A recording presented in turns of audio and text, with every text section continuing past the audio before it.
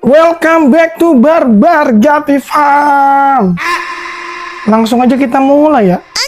Jadi di sini gua ada dapat anakan baru nih. Burayak baru maksud gua. Iya, nggak begitu banyak lah ya, ada sekitar 20 apa 30. Induknya ini dia. Nih, Platinum Blue Dragon. Cakep banget nih, ini ya. Tuh. Wih, cantiknya. Ini sebelumnya udah pernah gue kontenin juga yang kemarin kita ngonten indukan baru yang pakai itu ya. Pokoknya yang aerator gitulah, yang filter gitu, pengaruh nggak ke pemeliharaan yang kita tanpa filter. Nah, ngomong belibet banget gue ya. Pokoknya 2 konten dah sebelum ini pengaruh. Satu konten apa 2 konten? Nah, gue lupa juga pokoknya dah. Udah, kita lanjut aja dah.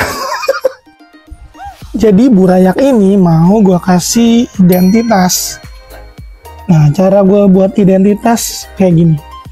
Kita nggak perlu ke kantor catatan sipil ya. Kita bisa bikin sendiri di rumah. Yang kita butuhin plastik sama spidol gue mana nih? Spidol gunting. Spidolnya permanen ya.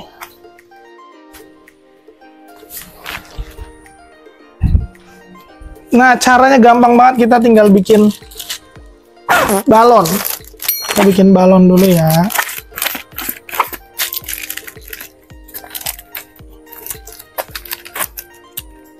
Oke, setelah bikin balon, kita gunting lebihnya. Terus kita tulisin nama ikan yang tadi barusan lahiran. Ini jenis Platinum Blue Dragon. Nah, kalau gue di sini tulisnya pakai singkatan ya.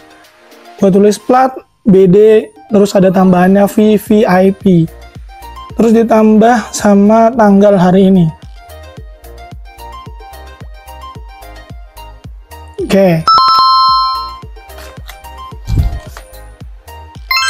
Oke, ini udah jadi ya, identitasnya kayak gini doang kalau gue tulis. Kita cemplungin ke burayak. Nah, sekarang kita mau tebar burayaknya ke wadah pembesaran. Nah, seperti yang kalian bisa lihat di sini wadah pembesaran gua semuanya ada identitas ya tuh. Identitas. Terus mana lagi ya? Nih. Rata-rata ada identitasnya. Ini biasa nih dipindahin anak gua. Ini topas harusnya di sini.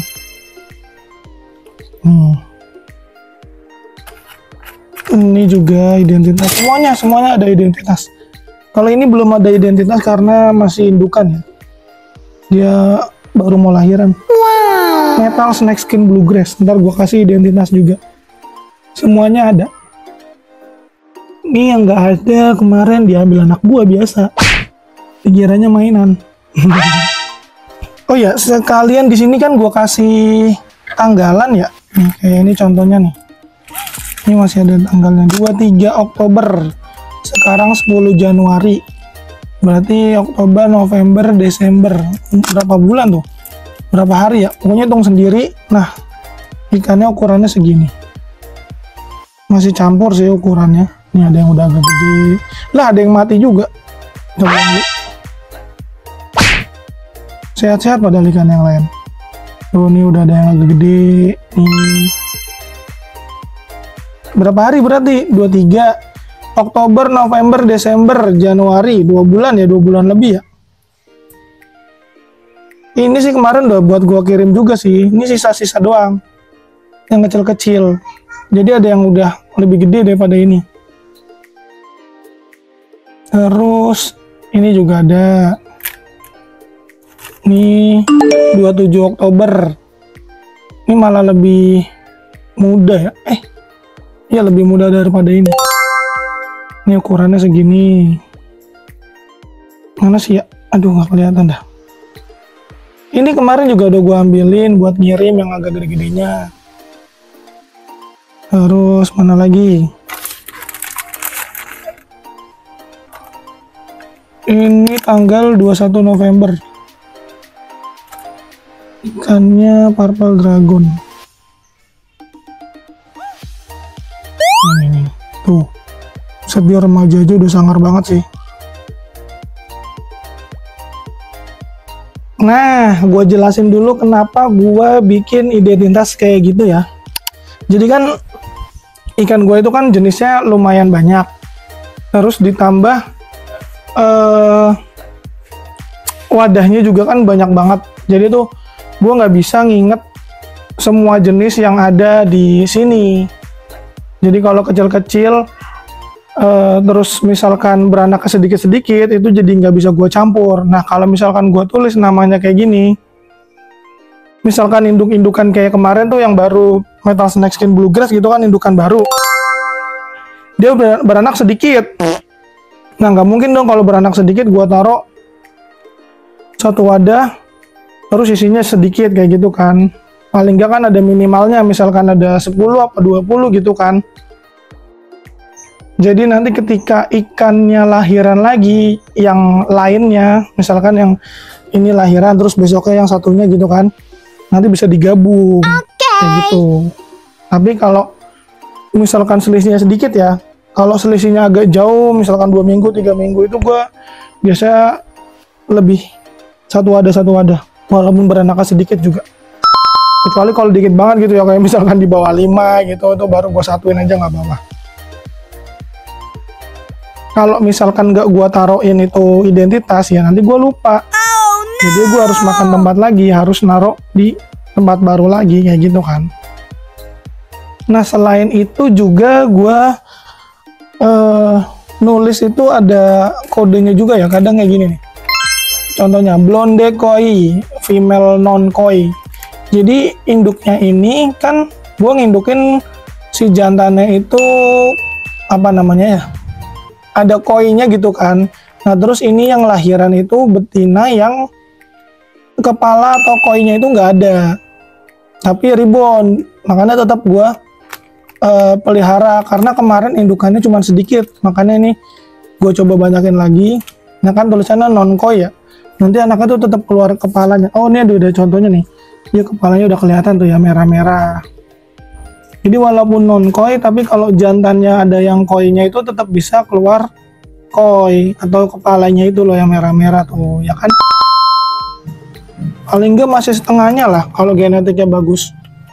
Nah ini pentingnya kalau gua nulis kayak gini tuh jadi bisa tahu untuk hasil koinya itu seberapa banyak kayak gitu. Jadi kalau misalkan banyak reject itu juga jadi pertimbangan gue mau dilanjutin ternak atau enggak kayak gitu. Terus nih contoh lagi ya, gue kan dulu ada HB weight yang line kontes ya, jadi ada sendiri gitu. Ini HB weight line delta, ini gue pisahin sendiri. Jadi itu gue ada HB weight line delta sama HB weight yang ribbon tadi, jadi gue pisahin kayak gitu. Mana ya? Ah ini. Oh, HB White RB BD Vince. Jadi artinya HB White ribbon big dorsal. Vince itu dia ribbon ya, ribbon Vince lah ngomongnya. Terus mana lagi ya? Jadi nanti gua nggak bisa tuh asal silangin doang si HB White line delta ini sama HB white yang tadi, walaupun dia jenisnya sama ya, HB white, terus ya performanya mirip-mirip lah. Cuman kalau yang delta ini dia ekornya itu lebih segitiga, lebih rapi lagi daripada yang si ribbon kayak gitu. Makanya gue pisahin sendiri. Nah ini cara gue mempertahankan genetik kayak gitu. Jadi HB white yang ini khusus sendiri, yang HB white ribbon sendiri lagi.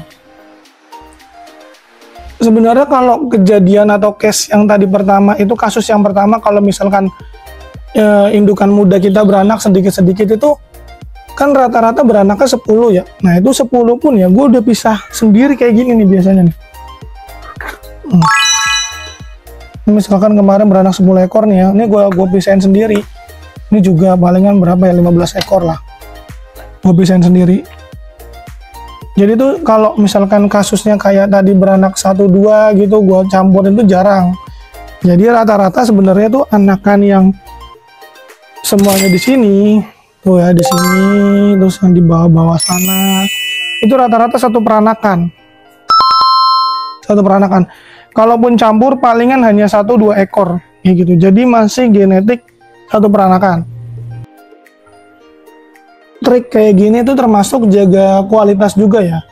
Jadi karena memang gua ngebreednya itu nama inbreed ya, kita fokusnya inbreed. Kita lihat nih bro. Jadi misalkan mana ya yang udah agak besar. Inilah ya AFP lah. Oh AFP-nya hilang. Oh ya udah gue sortir.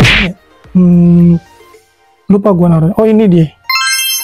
Ini albino full platinum. Contohnya kayak gini bro. Jadi kan dia satu peranakan. Karena gue fokusnya inbreed, gue tinggal lihat dari si jantan-jantannya bro. Nah si jantan-jantan yang misalkan dia bagus, berarti si betinanya pun bagus. Kayak gitu. Karena kita fokusnya inbreed ya. Nih, ini barengan sama ini dia tadi. Jadi gue ngambil 5 pasang, taruh sini, udah tinggal inbreeding lagi.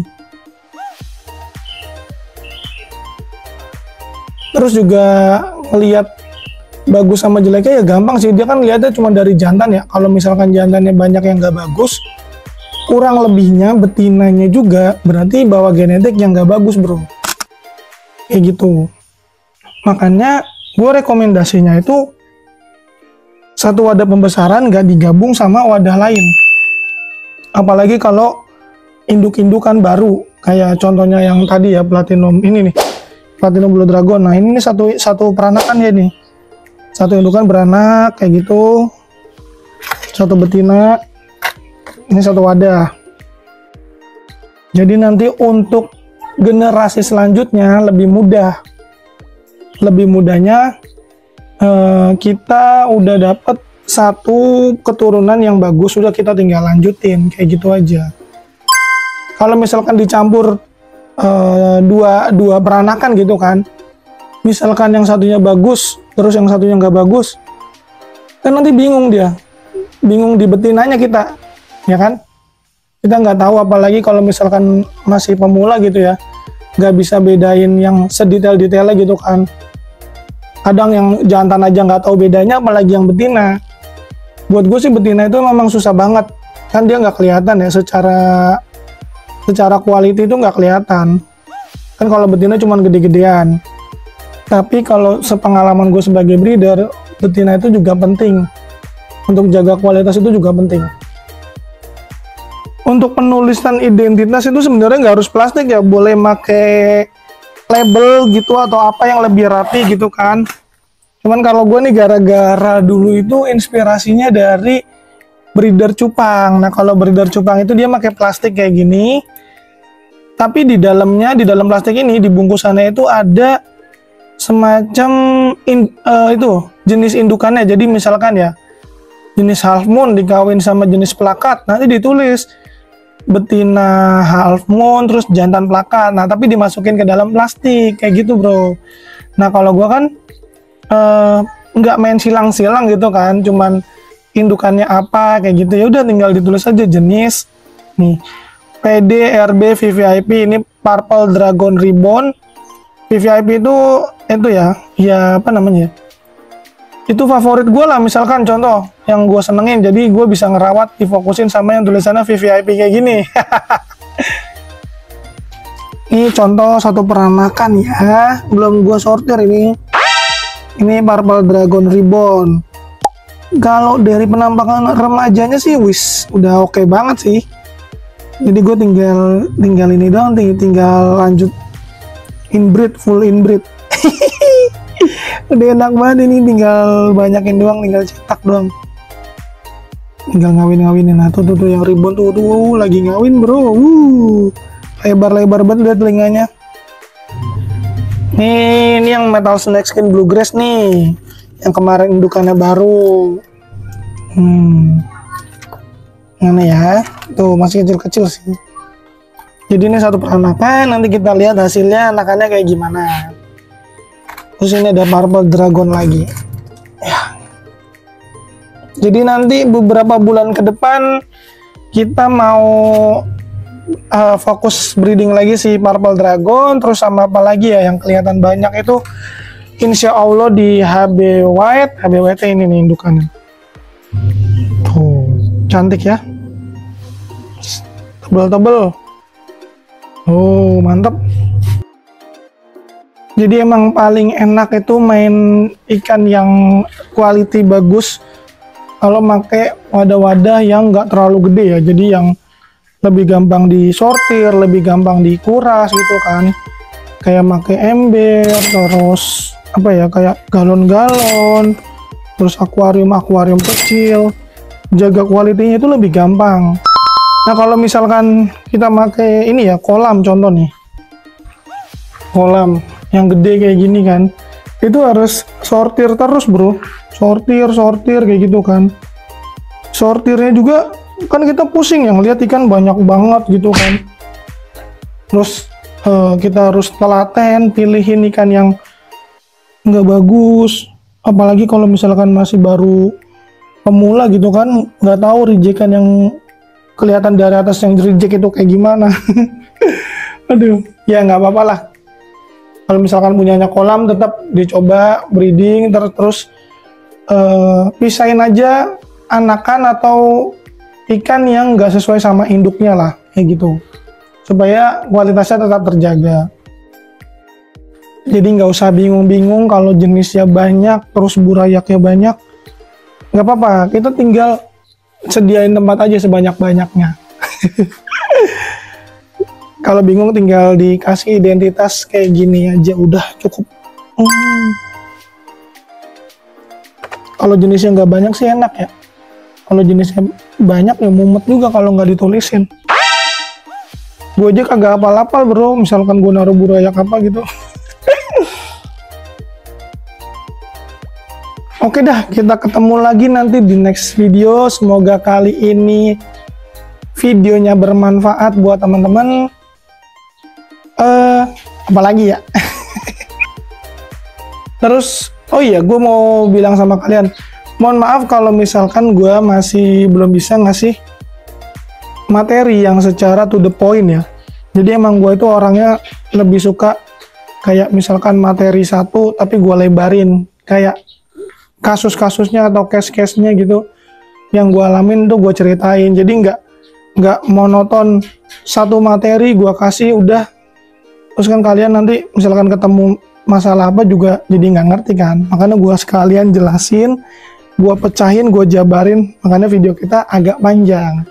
Nah, gampangnya nanti kalian sambil dengerin YouTube boleh ambil apa ya, catatan lah. Jadi kalian bisa catat poin-poinnya atau dirangkum lah ya kalau pas zaman sekolah kayak gitu. Itu dah pokoknya. Yaudah, kita nanti ketemu lagi di next video. Jangan lupa komen, like, dan subscribe. Oke, lanjut gas, breed.